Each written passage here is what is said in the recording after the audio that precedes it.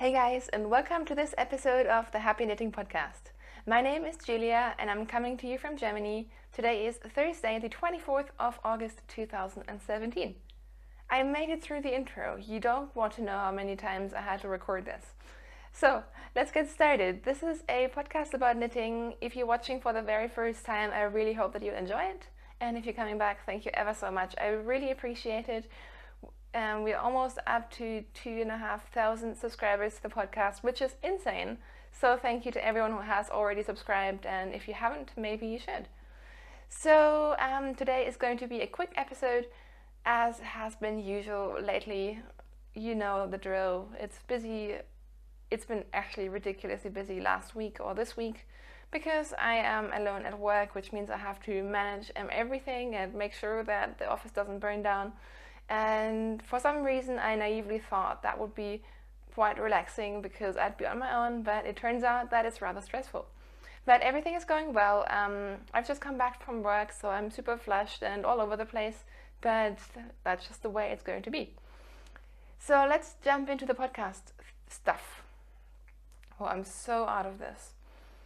Oh my gosh. Isn't that a great start to the podcast? Okay, let's calm down. I think I had too much coffee today as well, which doesn't help. I used to have 2 cups of coffee per day at the office, and lately I've been needing 3 to get through the day, so that's probably not a good thing. So, we have a Ravelry group, which is on Ravelry. You can find it by searching for the Happy Knitting Podcast group on Ravelry. And in there, that's where I post the show notes. Yes, I actually did show notes last week, and I'm planning to do some this week as well. And we also have lots of fun threads going on for various topics, such as introductions, self-promotion, if you have a Etsy store, pattern business, some kind of yarn-related business. There's a swap/trade thread, and there's lots more. I tend to forget all about them, but usually we have knit-alongs running there as well.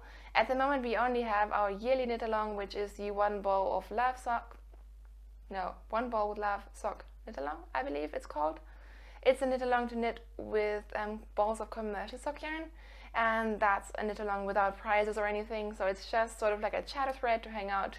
And I am planning on starting some new knit-alongs very soon. I just haven't had the time and brain space to really plan everything out, but I promise I will.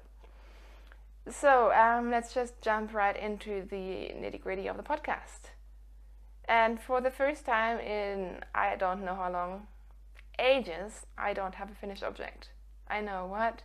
That's so weird for me because, you know, I am on a sock kick and I usually manage to at least finish a pair of socks, but nothing has been finished. So we can just skip that and go right into works in progress. And in terms of work in progress, I have quite a lot to show you. I did bring out one of my blankets because I haven't shown it to you in ages. I also have been working on my crochet blanket, but I couldn't find it when I was about to podcast, so you'll just have to make do with this one. So this is my second granny square blanket. The first one is actually right here. So for this one I'm doing 56 stitches, which is quite large in terms of sock squares. So these squares are a lot larger than my previous sock blanket, and there's a ball of yarn attached. I'm knitting it on a size 0 needle, and I'm roughly following the pattern from Camperway, which is called the Coziest Memories blanket. And it's been ages since I've shown this to you, so I think I've added quite a few squares. So the last one I showed you was this one, which was a Fine Fish Yarns mini, which wasn't enough to complete the square, so I had to add on. And then I used to have actually a square of the turquoise or blue, which was from Das Wollschaf, and I'll talk more about this later. But I made a mistake, so I ripped it all out, and then I didn't want to put the same square back in again. So instead I put in this mini skein. This was from Golden Yarns, who is Kim, and you know how much I love her yarns. She sent me this mini ages ago. This square is from Kunis Wolle. This is the sparkling yarn I used to knit myself a pair of socks with my 9-inch circulars a couple of months ago. I believe you've already seen these two. These are one-of-a-kinds from Hedgehog Fibers that I was sent by a lovely friend. And then I've added Flamingo Legs by Stranded Dye Works. I knit a pair of socks out of this yarn and I love these socks. I've been wearing them a ton. They are some of my favorite socks. This is Hedgehog Fibers in the Fool's Gold colorway, which I used to knit my my Calara shawl by Amber O'Brien. I talked about that last week. This is a leftover from my Find Your Fate. This is Life in the Long Grass in their 100% merino base. I'm not quite sure what the colorway is called. This one is a pair of socks that I knit in France. It's by Shebot Garner in their soft sock base in the Never Say Never colorway. And currently I'm knitting, oh, I almost stabbed myself there. This is the leftovers from my Bubbles Down the Drain socks, which I showed you last week, I believe. And the yarn is by Das Mondschaf in the Einhornpoops colorway, which means unicorn fart, and that cracks me up all the time. So I haven't been working on this a crazy lot, but it is slowly getting a bit bigger and I should be in focus. That would help. So yeah, I would like to work on this more, but I tend to only pick this up when I sort of lose my knitting mojo and don't know what to work on, so this doesn't get a lot of love, but I don't care. It's meant to be a long-term project and I'm not going to stress myself out over this. I feel like my voice is going as well. I've been on the phone so much this week and at some point it gets a little croaky. So yeah, in this bag from, oh my gosh, I always, every single time I forget her store. This is by the lovely Joanne, who just donated a prize for the CYS Cal as well. It's like, I want to say it's Woolly Woodsy, but it's not. Wild Woolly, I think it's Wild Woolly. I will link it in the show notes, and I'm so sorry, Joanne, I keep on forgetting the name, which is ridiculous because she makes the most gorgeous bags and I really, really love this one. In here are what I call my work socks, because since I've been alone at the office, I've been taking my knitting to work. And I only have like a 30-minute break for lunch usually, but I've been knitting a tiny bit every day. So yeah, so these are the socks that I'm knitting out of Bergère de France, which is a French yarn that I picked up in our last French trip. This is Bergère de France in their Gumi 50 colorway base, which is their sock yarn. And you can find the colorway right here. So as you can see, I finished my first sock. I'm not quite sure where I was with this last week, but it's just a plain vanilla sock, and I did my usual favorite garter stitch, fish lips kiss heel. So it's the fish lips kiss heel pattern, and you just knit where it says to pearl. So I do this heel quite a lot because it's super fast and it looks really sort of cute and squishy. So the first sock is done, and actually today at work I knit to the point where I need to start the toe decreases, so this pair of socks should be done very soon. I'm really excited about it.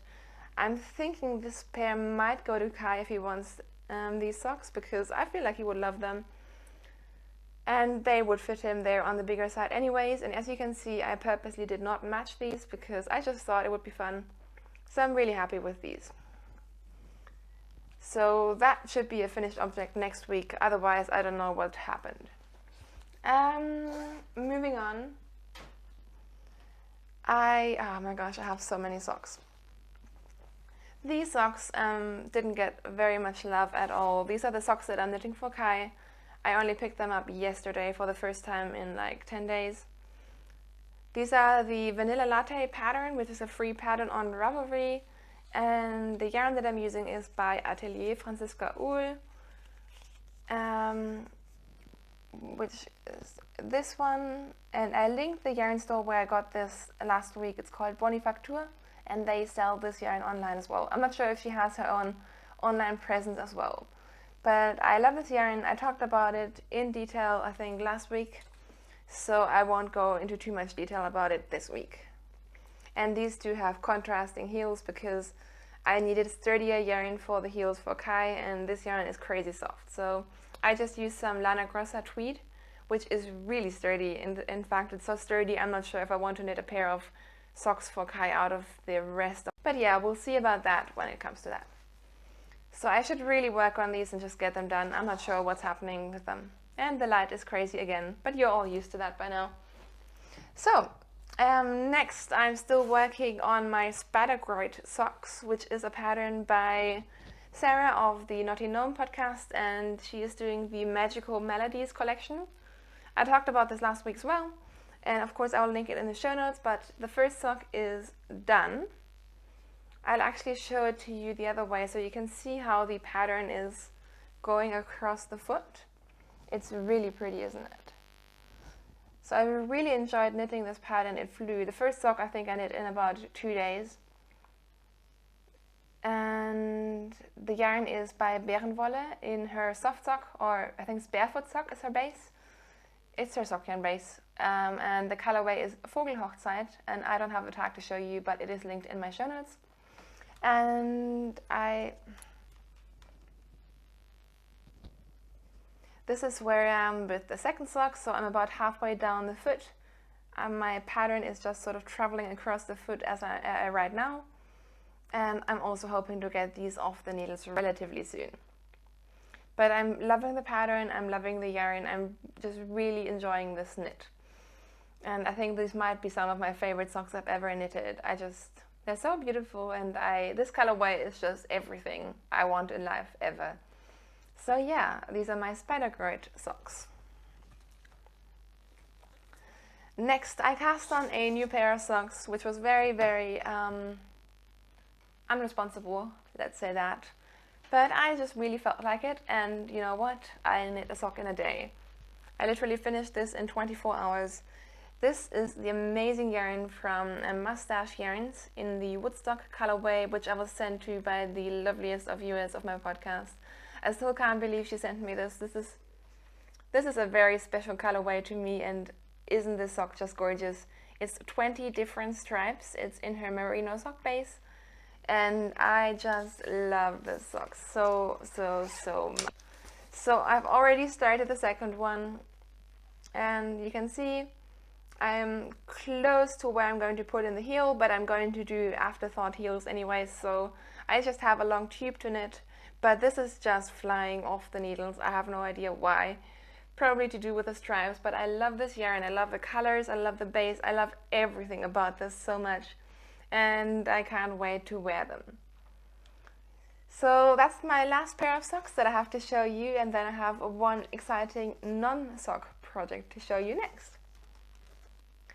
So, my next project I've kind of hinted at last week, and that is that I'm obsessed with faded sweaters. I know it's a bit of a cliche, but I recently acquired a couple of, not necessarily fade sets, but skeins that lend themselves for being used in a sweater, and I love knitting fingering weight sweaters, and for the longest time I haven't really felt like knitting garments. I felt like I should be knitting garments, but I didn't really feel like actually doing it.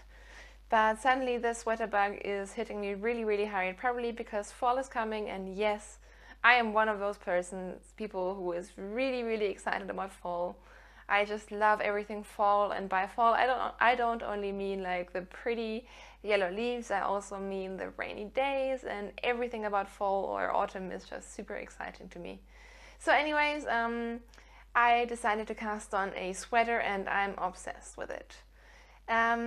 Like I said, I wanted to do a faded sweater, but I didn't really want to get the So Faded pattern by Andrea Mowry. Lots of people are doing that, but I just really liked the shape of the Pavement Sweater, and I've seen a couple of people use that as a basis for fading their own sweater. So that's what I did. So the Pavement Sweater is another pattern by Vera Välimäki, who I've knit from patterns from before. Most importantly, the Breathing Space sweater, which I wear all the time. It's probably my favorite and best fitting hand knit garment that I've made. So I decided to knit the Pavement Sweater, which is a top-down fingering weight sweater pattern, and I really like the construction of this.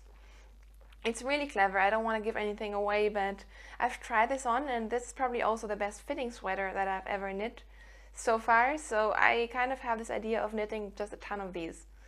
So the Pavement Sweater is knit top down, and there's some short rows in the back, which, hang on, this is the back. And it's got sort of like a wide neck, which I think is going to be super comfortable to wear. It's supposed to be knit on huge needles, I think like 4.5mm or US size 8 needles. US size 6? I'm not sure about the US sizes, just ignore that.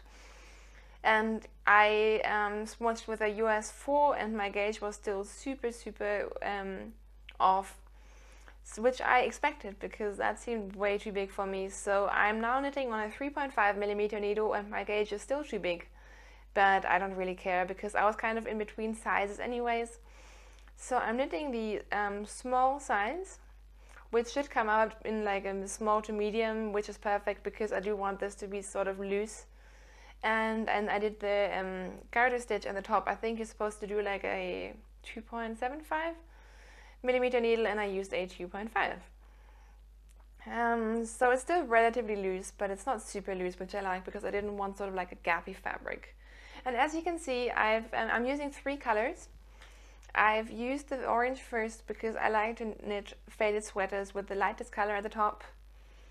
And I have split for the sleeves and then knit part of the body, and then because there is some math required to figure out how long to knit each color for, I decided to knit part of the sleeves. So I've knit the part of the orange sleeves, and I have 5 grams of yarn left over to knit them a little bit longer if I feel like it, and then I will fade the sleeves as well. So I'm kind of planning to knit a bit further on the red, and then once I've knit the majority of the second color on the body, I will then do the sleeves and then finish the body. At least that's what I'm planning right now. I'm loving how this yarn is knitting up. I'll talk about the colors in a second, but I did just fade randomly whenever I felt like it made sense. I think I did 4 rows where I alternated colors, and now I'm just knitting with my second color and ironed the stitches and the colors and everything. Just absolutely stunning. I just love this thing to death. It's been ages since I've been so super motivated to knit on a sweater, but this has just kind of stolen my heart. And also this orange is very much not my color. It is getting me into the fall spirit, but it's very out of my color comfort zone, and that made me feel weird in the beginning, but now I actually really love this. So I'm knitting on my 3rd color right now, which is this one, and then I'm going to be fading into my 3rd color, which I think is going to be just beautiful. I can't wait to add this in. The orange is probably my least favorite color, so I'm hoping it's not going to be too prominent, but I think this combination is going to be really stunning. And I just couldn't be bothered to cake up 3 skeins of yarn at once, so I'm doing it one at a time. But I love this yarn. This yarn is Debbie Bliss in the Botany Lace, and actually 2 of the skeins are Debbie Bliss Botany Lace, and 1 is Araucania Botany Lace, but apparently that's the same exact yarn, which is interesting. So I'm using color 3001, 3002, and 3003. Who would have guessed? So I have 3 skeins of yarn, which should be plenty. It's a 100% merino yarn. I found different opinions whether this is superwash or not. I'm not quite sure. It feels superwash-ish, but it does say hand wash, so I'm not quite sure. We'll see how that goes. And it's a fingering weight yarn.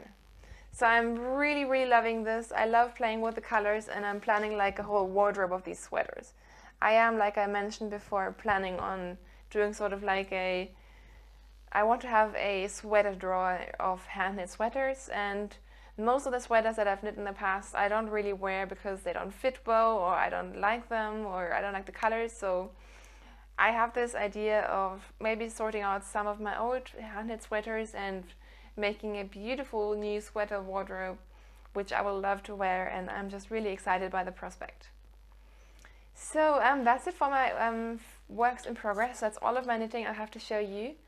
I do have a skein of hand-spun yarn that I finished, but I left it in the other room, so I guess I'm not showing you that. So I have 2 more things to talk about. First of all, I want to talk about these socks. This was yarn that was given to me to test in the beginning of the year, I think in like early summer, by Das Wollschaf, who's a German indie dyer. And I talked about this yarn quite extensively while I was knitting with it. but I feel like a good review means that you should talk about it once you've actually worn the socks or the garment or whatever you've knitted with the yarn. So like I said, this is Das Wollschaf, and the yarn is their Pinta base, which is a wool, ramie and silk blend, which is really interesting. It's the first time I'm using that, and it is meant, it can be used for socks, so that's what I've done. The pattern that I've used is one of Mina Phillips' New York Sock Club patterns. I think it's the Union Square socks, but don't quote me on that. And anyways, I just want to talk about how this yarn has worn. This yarn has been through the wash. In fact, the other day it went through a non-wool wash, very normal 30 or 40 degree cycle, because Kai threw it in the wash. So we just went through that as well, and as you can see, it survived beautifully. I think the yarn or the stitch definition is still as beautiful as it was on the first, when I just finished them. And you can see the bottom of my foot, and you can see it's worn very, very well. I'm not sure if maybe some of the color has come out right here, but generally this yarn still looks like new. It wears really well. It holds the shape very well, which I always appreciate. I don't like the yarns that sort of just like become very loose and then don't get back into their original shape. But yeah, I think you can see even on the heel there's a tiny bit of wear, but it mostly looks messy because I didn't hang these up to dry. I think Kai just threw them outside on the washing line, so that's why that looks like that. But I think they look pretty perfect, and this yarn is actually really nice to wear as well. I feel like, especially when it's a little bit warmer, this actually it doesn't feel as hot as some of the merino, like the thick socks do. So to conclude my long test of this yarn, I would definitely appreciate it and recommend it. Words are just not happening for me today. I would definitely recommend this yarn, and thanks again to the dyer who donated this to me to try. And yeah, I always like trying new yarns. I really, really enjoy it. And not just for the sake of, you know, getting yarn to play with, but I actually am really interested in this sort of thing. And like I said, this one was my first time of trying a different sock blend with silk and ramie, and I did really enjoy it. I thought it was a really interesting experience. So now the only thing that's left to talk about yarn-wise is, of course, acquisitions, and I have two things to show you. The first one comes with a bit of a backstory. So, you might know that one of my favorite yarn stores ever is the Mercerie, which they carry lots of sort of more luxurious yarns, and I just love their yarns. And they carry Madelinetosh. So back in winter, I'm not sure if before or after Christmas, but in the beginning of the year, ever since then, I've been wanting one certain colorway of Madelinetosh, and every single time I looked at it and I held it in my hands and I said, one day I'm going to buy you. But it was never the right time, and then I was looking for a job and I never bought it. So then I went back there a few weeks ago and was really heartbroken when, of course, at that point, they didn't have that colorway anymore. So I was really sad, and I got some other colorways instead, and I talked about this when I got them, of course. But the other day, my friend was in town, my best friend from where I used to study, and we went yarn shopping, which was a big fail to start with. Everything we did was sort of like everything happened to be closed, all the coffee shops that we wanted to go to.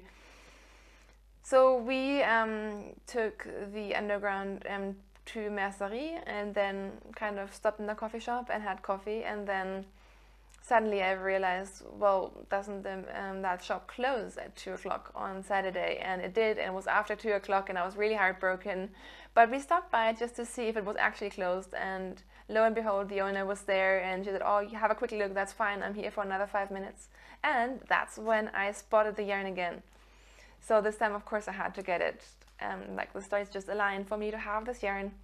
So I finally, after like 8 months, got myself this skein of Madelinetosh. It's the Tosh Merino Light base, which is their singles base, and this is the Spectrum colorway. I have been so obsessed with this, and I have no idea why it took me so long to finally just get it. I was really worried that this was one of the colorways that is being discontinued, which I'm not sure if it is. But anyways, I'm so happy to have this in my stash. It is a bit more sort of purple and warmer tones than it is showing up on the screen, but it's really beautiful. I'm sure you can believe me. And if I ever knit a eyeball shawl, which is something I'm planning on doing, I really want to be using this. So yes, very much in love with this. And then I have one other acquisition which was in the post box when I got home after work today. And I decided it would be fun to unwrap it on the podcast because A, it's fun, and B, it is packaged so beautifully. So first of all, it came with a lavender sachet, and I kid you not, when I opened my post box, it already smelled delicious. And then this is, of course, why of course, it is by Hedgerow Yarns, and if you've been watching for a while, you know how much I love her yarns. I believe her name is Jane, and she's in the UK. She's a UK-based dyer, and she always packages yarn in the most beautiful way. Isn't this just stunning? So I actually haven't looked at the yarn, and I'm going to unwrap it now. And this is her card, Hedgerow Yarns. She's on Etsy. So she does the most beautiful sock blanks, and the other day I just couldn't resist. So I treated myself to one. Sorry, not sorry. And let's see. Ooh! Ooh! Look! Oh, that's so exciting! Oh, I got a Hedgerow Yarns bag. Isn't this just beautiful? I love these sort of bags, and I've been seeing them pop up on Instagram, so yay! I'm so excited about this. And the light is going all over the place. But let's look at the yarn. It's more beautiful packaging. I always love when people do this because I am the worst at packaging things. I'm so bad at it. So, ooh, look at this sock blank. It comes with a stitch marker. It just says sock blank 75% merino, 25% nylon, number 7. So I'm guessing it is a one of a kind. And let's open this one up. Oh my gosh, you guys, this is so beautiful. Oh my gosh, I can't believe it. Isn't this the most stunning thing you have ever seen? So this is it in its entirety. This is just almost too beautiful to knit up. I just love this. So if you don't know what a sock blank is, it is a piece of knitted fabric. And by knitting from this piece of fabric rather than from a skein, you just get different results based on the different dyeing technique. So some people hate sock blanks, some people love them. I am one of those people. And it smells beautiful and it looks beautiful. It is super soft. I'm not sure. I don't think I've knit with one of Hedgerow Yarns sock blanks before. So I'm super excited about this. Sort of like the two things that not that I need any yarn, but the two things that I kind of want to be buying at the moment is sock blanks and self-striping yarns. I'd like to have a bit more of a collection of that. So yeah, I'm super excited about this. And it was for this on the podcast. I hope you enjoyed it and it wasn't too all over the place.